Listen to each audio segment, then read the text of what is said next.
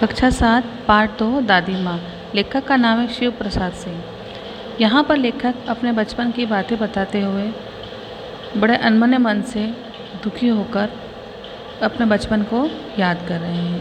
कहते हैं कमज़ोरी मुझे लगती है, बहुत सारी कठिनाइयाँ भी होती हैं, मन अनबना सा हो जाता है, लेकिन फिर भी मुझे याद आता है। पीठ पीछे मुझे कमज़ोर और ज़रा सी प्रतिकूलता से घबराने वाले कहकर मेरा मजाक उड़ाते हैं। मैं फिर भी घबराता नहीं। बरबस मेरी आंखों के सामने शरद की शीत किरणों समान स्वच्छ शीतल किसी भी धुंधली छाया ना झुकती है।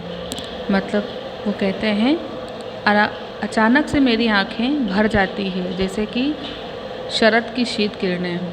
शरद ऋतु की जो किरणें होती है वह कितनी साफ़ और निर्मल होती है, धुंधली छाया उसी की तरह नाच उठती है। मुझे लगता है कुंवार के दिन आ गए और चारों ओर पानी ही पानी हिलोरे ले रहा है। दूर के सिवान बहकर, मतलब बारिश का समय आने वाला है, आ चुका है। हर जगह लहरा रही फसलें अनमने से होकर प्याज की जड़ें नाना प्रकार की बरसाती घासों के बीच सूरज की गर्मी में खोलते हुए पानी में सड़क के एक विचित्र गंध सी महसूस होती है। रास्ते में कीचड़ सूख गया होगा और गांव के लड़के किनारों पर झाग भरे जलाशय में धमाके से कूद रहे होंगे। अपने अपने मौसम की अपनी अपनी बातें भी होती है। आषाढ़ का महीना आता है, आम जामुन न मिले तो चिंता नहीं, अगहन की चिवड़ा और गुड़ न मिले दुख नहीं, चैत के दिनों में लाई और गुड़ न मिले पट्टी अफसोस नहीं, पर कुआर के दिनों में इस गंधपूर्ण झाग भरे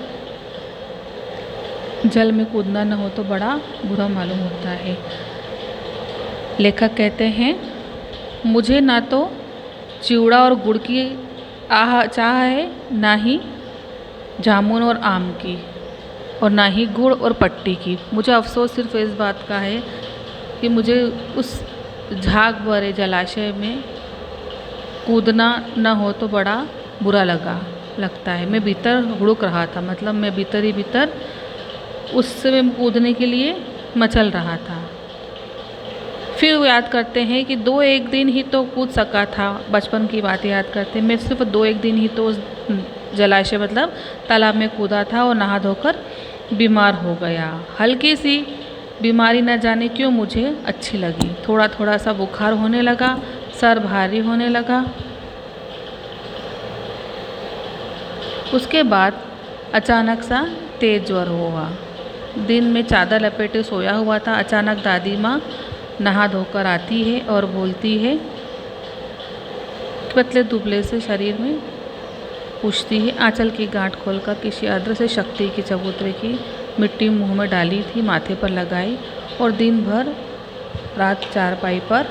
लेखक कहता है, मुझे मेरी दादी माँ को कई तरह की दवाइयों के नाम याद थे। दवाइयाँ किस प्रकार बनाई जाती, 50 तरह की। मैं बीमार क्या पड़ा, मेरी बीमारी का उन्होंने पूरा घर को सर पर उठा लिया और बार बार कई प्रश्न घर से करने लगी। बाहर तो नहीं निकला, ठीक तो है, गर्म ठंडे पानी की पट्टी रखना, तरह तरह की दवाइयाँ देना, मेरे सिर के पास बैठकर पंखा चलना, मेरी दादी माँ का हाथ छूना, माथा छूना, पेट छूना, यह छूते ही दवाइयों का पता लगा लेती थी।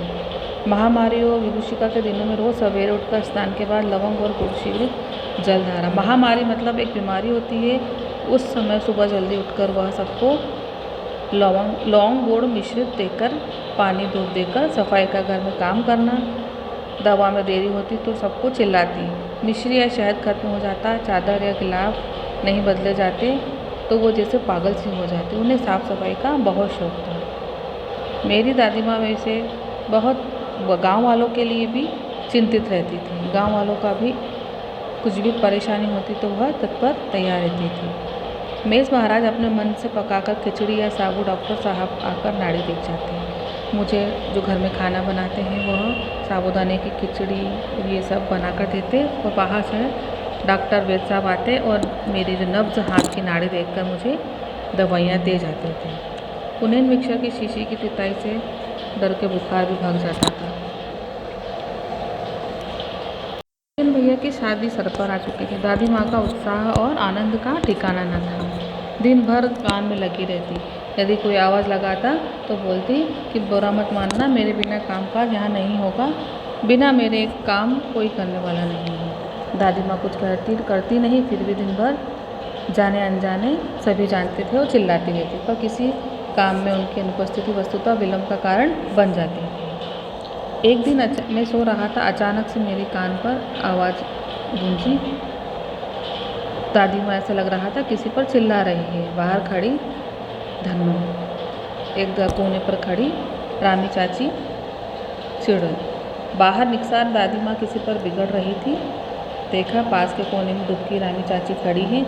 सो न होगा धन्नो, रुपए मैसूर आज दे दे, तेरी आंखों में तो शर्म है ही नहीं, मांगने के समय कैसी आई थी, पैरों पर नाक रगड़ती। फिर किसी ने एक पाई न दी, अब लगी है आजकल करने, फसल में दूंगी, फसल में दूंगी, अब क्या तेरी खातिर दूसरी फसल कटेगी। इस प्रकार दादी माँ किसी के ऊपर बिगड़ रही थी। उनसे किसी ने पैसे लिए थे और वो देने का नाम नहीं ले रही थी, तो चिल्ला चिल्ला कर दादी कहती, सामने वाली रामी चाची बोलती कि फसल कटेगी तो मैं आपको दूंगी। रामी चाची कहती है मालकिन दूंगी। रामी चाची रोती हुई कहती है, दोनों हाथ से आंचल पकड़े दादी माँ के पैरों में झुकी हुई, बिटिया की शादी हो गई, दया करोगी तो बेचारी का निस्तार कैसे होगा।